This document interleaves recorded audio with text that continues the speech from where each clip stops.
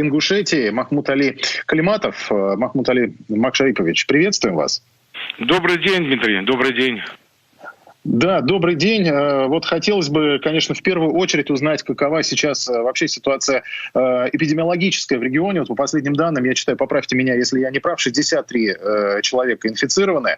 Как вообще сейчас в республике налажены противоэпидемические меры и что происходит вот как раз с ограничениями? Вводятся ли жесткие, либо пока еще просто режим самоизоляции? Дмитрий, в действительности у нас рост, у нас подтвержденных на сегодняшний день, вот как раз вот сейчас штаб провел, я полчаса назад закончили, у нас 153 больных с подтвержденным подозрительным анализом, госпитализированные. Из них 17 у нас в тяжелом состоянии, они в реанимации.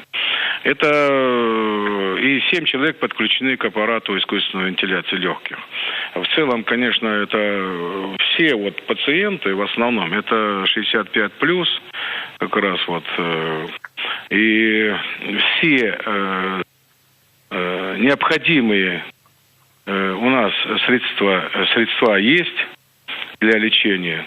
Вот. Но вот этот рост, он определяется тем, что у нас плотность населения вот в Ингушетии, да, соизмеримо вот, ну так, не знаю, удобно не говорить, но с Москвой у нас плотность очень большая, да. Это не оправдывает, но больше мобилизации нам нужно. А так вот этот рост, он произошел в честь того, что особенности в части того, что люди, никак вот тут не сладим. Мы там свадьбы, все мероприятия культурно, массово все отменили и контроль установили. А вот похороны, вот такая ситуация возникает. И у нас вот врачи, которые заболели, тоже у нас там,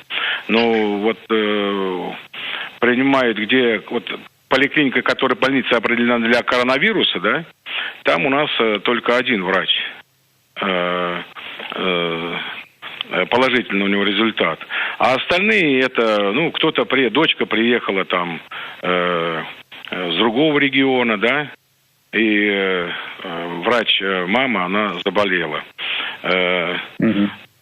Поэтому в других медицинских учреждениях, вот это вот общение, которое, не удержишь людей. Вот самая главная беда, что как бы не объяснял, не говорили и приняли все меры, и все возможные там, и подключили. Махмуд Али Макшарипович, если позволите, как раз уточняющий такой вот момент. Главы районов, городов работают в постоянном режиме. Вот это вот не исключишь. Никак не получается исключить вот это вот, ограничить 100% людей общения. Вот это беда в основном. Махмуд Али Макшарипович, вот один такой вот уточняющий момент, да, вот вы в курсе, что в Москве сейчас введены более жесткие меры, да, введена строгая пропускная система для автомобилистов, для людей, которые пользуются общественным транспортом, и вообще для людей, которые должны соблюдать принципы самоизоляции. Вот эти жесткие меры, они последовали за тем, что те предыдущие меры, такие более легкого характера, они некоторыми людьми не выполнялись. Планируется ли в республике ужесточить меры в связи с этим? Мы ужесточили. Вот у нас столица Магаз, мы принимали меры там, чтобы вообще закрыть это. Второе, усиленные патрули совместно с Росгвардией определили, что они теперь... У нас основной город и район. Это город Назрань и Назрановский район. Там самое большое население, районный город, там более 20 тысяч. И 70% вот этих заболевших, это вот город и район Назрановский дали. Поэтому вот там мы усилили и участковую службу, которая определяет и проверяет все. Закрыли все промтоварные, понятно, там, кроме как продовольственные.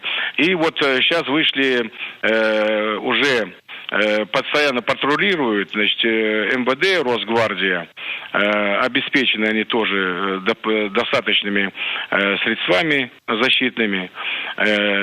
И вот, а в основном у нас тут федеральная трасса, естественно, она у нас свободна. Аэропорт у нас, самолет до 26-го включительно, у нас его не будет. Вот.